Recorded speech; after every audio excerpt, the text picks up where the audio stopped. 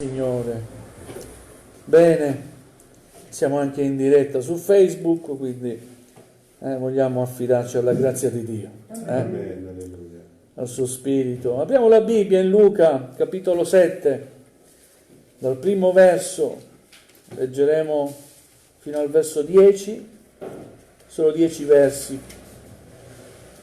Alleluia. Luca, capitolo 7, dal primo verso fino al verso 10. Vi invito ad alzarti in piedi, vogliamo onorare la parola di Dio, cambiamo anche posizione, ma è più importante onorare la parola di Dio. Gloria al Signore. Dopo che egli ebbe terminato tutti questi discorsi davanti al popolo che l'ascoltava, entrò in Capernaum. Un centurione aveva un servo molto stimato, che era infermo e stava per morire. Avendo udito parlare di Gesù, gli mandò degli anziani dei Giudei per pregarlo che venisse a guarire il suo servo. Essi, presentatisi a Gesù, lo pregavano con insistenza, dicendo: egli merita che tu gli conceda questo, perché ama la nostra nazione, ed è lui che ci ha costruito la sinagoga. Gesù si incamminò con loro. Ormai non si trovava più molto lontano dalla casa, quando il centurione mandò degli amici a dirgli: Signore, non darti questo incomodo, perché io non sono degno che tu entri sotto il mio tetto. Perciò non mi sono neppure ritenuto degno di venire da te, ma di una parola, e il mio servo sarà guarito. Perché anch'io sono uomo sottoposto all'autorità altrui e ho sotto di me dei soldati.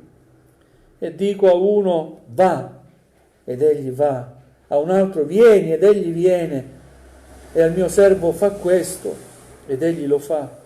Udito questo, Gesù restò meravigliato di lui e, rivolgendosi alla folla che lo seguiva, disse: io vi dico che neppure in Israele ho trovato una così gran fede.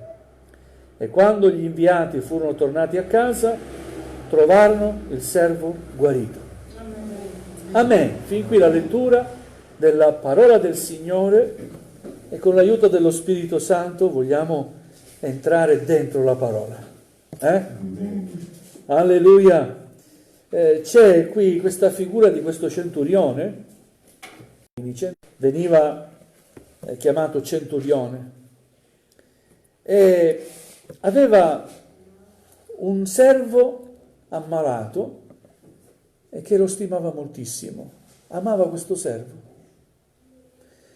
e avendo udito parlare di Gesù manda degli emissari.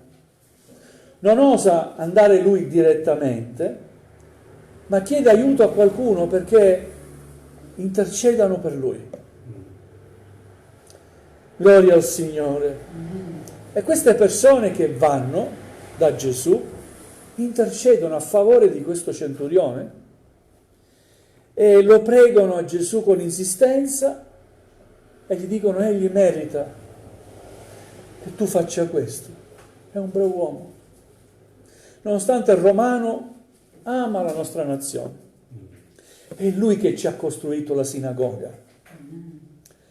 È un uomo che in qualche modo era sensibile a Dio. Ha ascoltato la parola del Signore. Ha ascoltato Gesù. Qualcuno gli ha parlato di Gesù. E quel Gesù di cui aveva sentito parlare un giorno viene proprio vicino a casa sua. Questo uomo non chiede a Gesù una grazia per se stesso,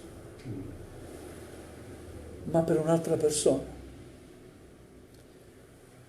È importante che preghiamo per gli altri. Amen.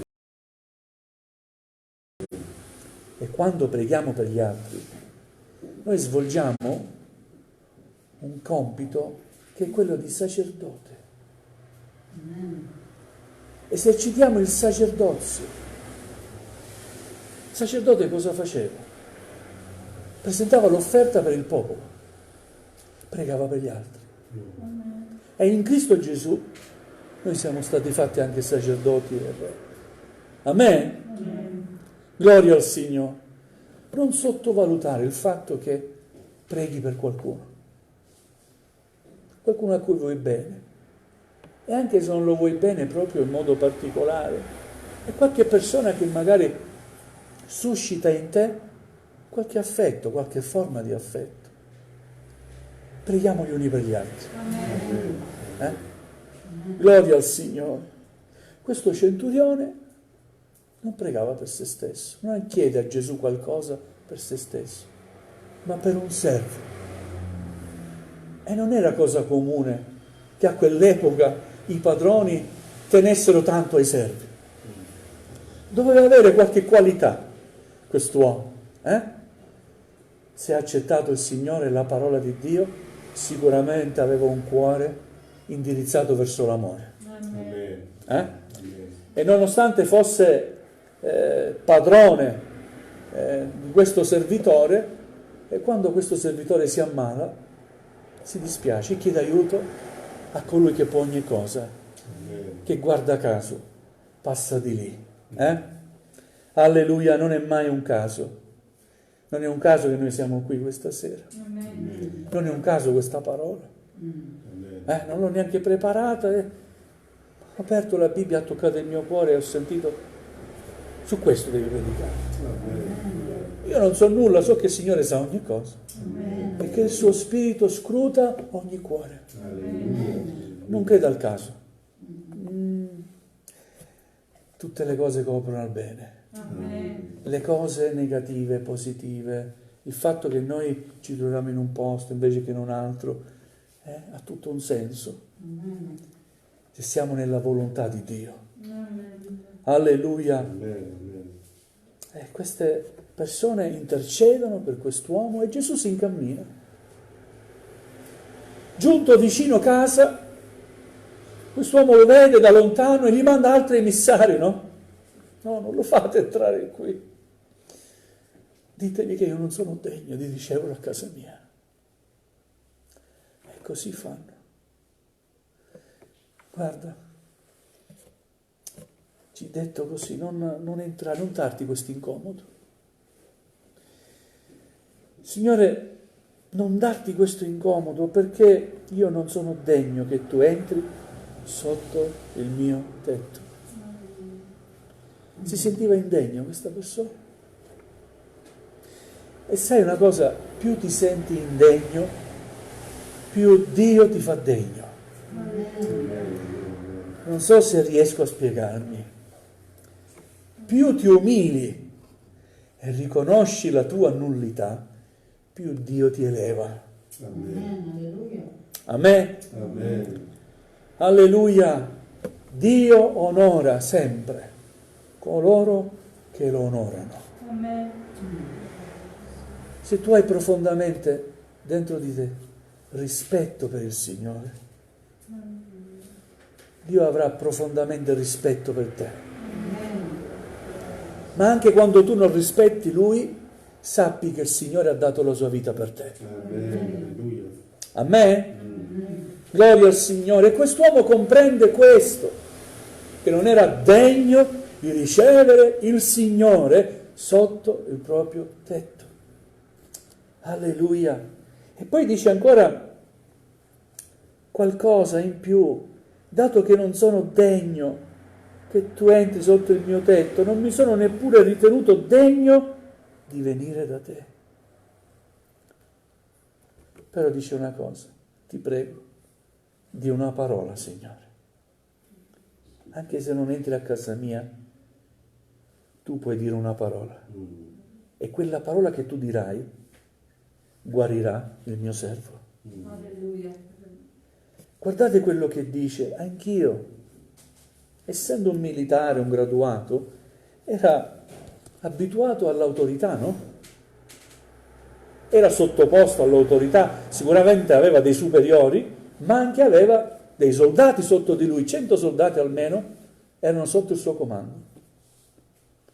Anch'io sono un uomo sottoposto all'autorità e anch'io ho sotto di me delle persone che se gli dico vai, deve andare, mi deve ubbidire.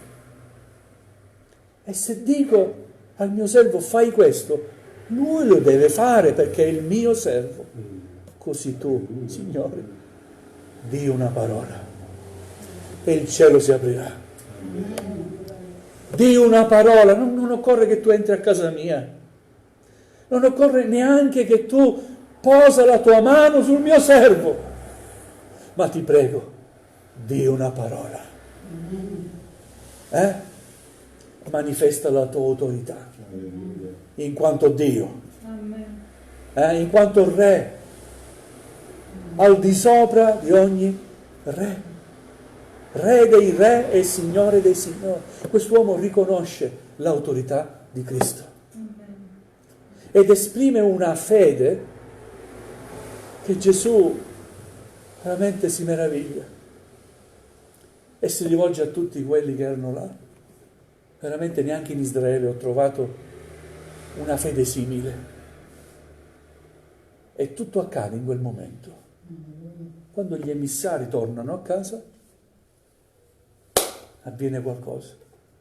Il servo fu guarito. A me? Perché? Io credo che Gesù ha detto una parola. A me?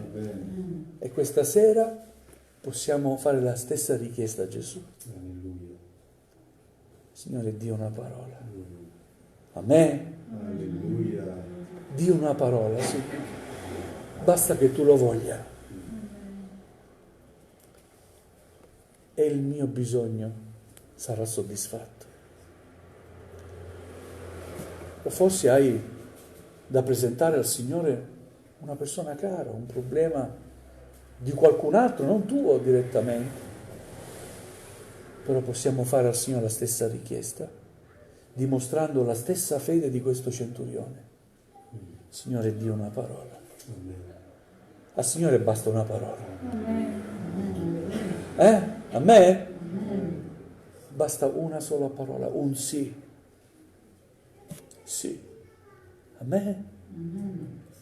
Oppure il Signore può dire no. E noi con fede e per rispetto e per amore verso Dio e perché ci siamo umiliati e sappiamo chi è Lui, accettiamo anche il no. Bisogna anche accettare il no. A me? Non conosciamo la realtà delle cose. Se Dio vuole soddisfare la nostra richiesta così come noi la presentiamo, alleluia.